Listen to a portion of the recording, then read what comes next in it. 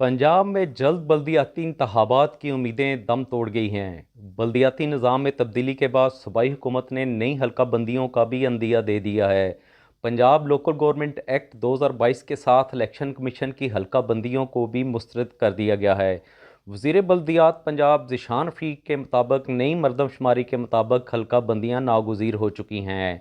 वज़ीर आला पंजाब मरियम नवाज शरीफ की हिदायत पर पंजाब हुकूमत ने मकामी हुकूमतों के नए कानून की तैयारी पर काम शुरू कर दिया है।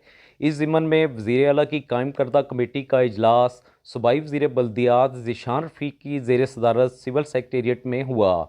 डिप्टी कन्वीनर वज़ीर तलीम राना सिकंदर, वज़ीर आला के मावन ख़ुसूसी ज़ीशान मलक, अरकान सूबाई असम्बली चौधरी इफ्तिखार हुसैन चाचड़, सुलेमान नईम, मोहम्मद अहमद खान लगारी, गजाली सलीम बट, ज़ियाउल्लाह शाह, अमजद अली जावेद, सरदार मोहम्मद आसम शेर मैकन, अहमद इकबाल, गजनफर अब्बास छीना, रईस नबील, राजा मोहम्मद असलम खान, गुलाम मुर्तज़ा, कंवल परवेज़ चौधरी, सलमा बट, सेक्रेटरी बल्दियात, सेक्रेटरी कानून और दीगर अरकान ने इजलास में शिरकत की।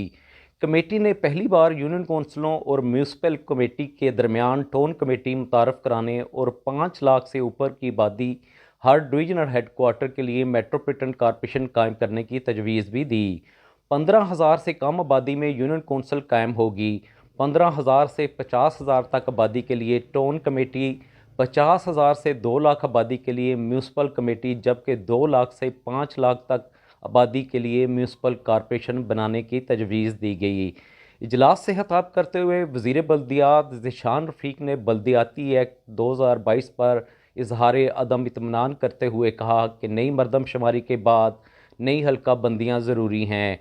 उन्होंने कहा कि 2022 वाला मकामी हुकूमतों का एक्ट काबिल कबूल नहीं, क्योंकि इसमें इख्तियारात की सही मायनों में मुंतकिली की बजाय पूरे सूबे को 1 यूनिट बनाया गया है।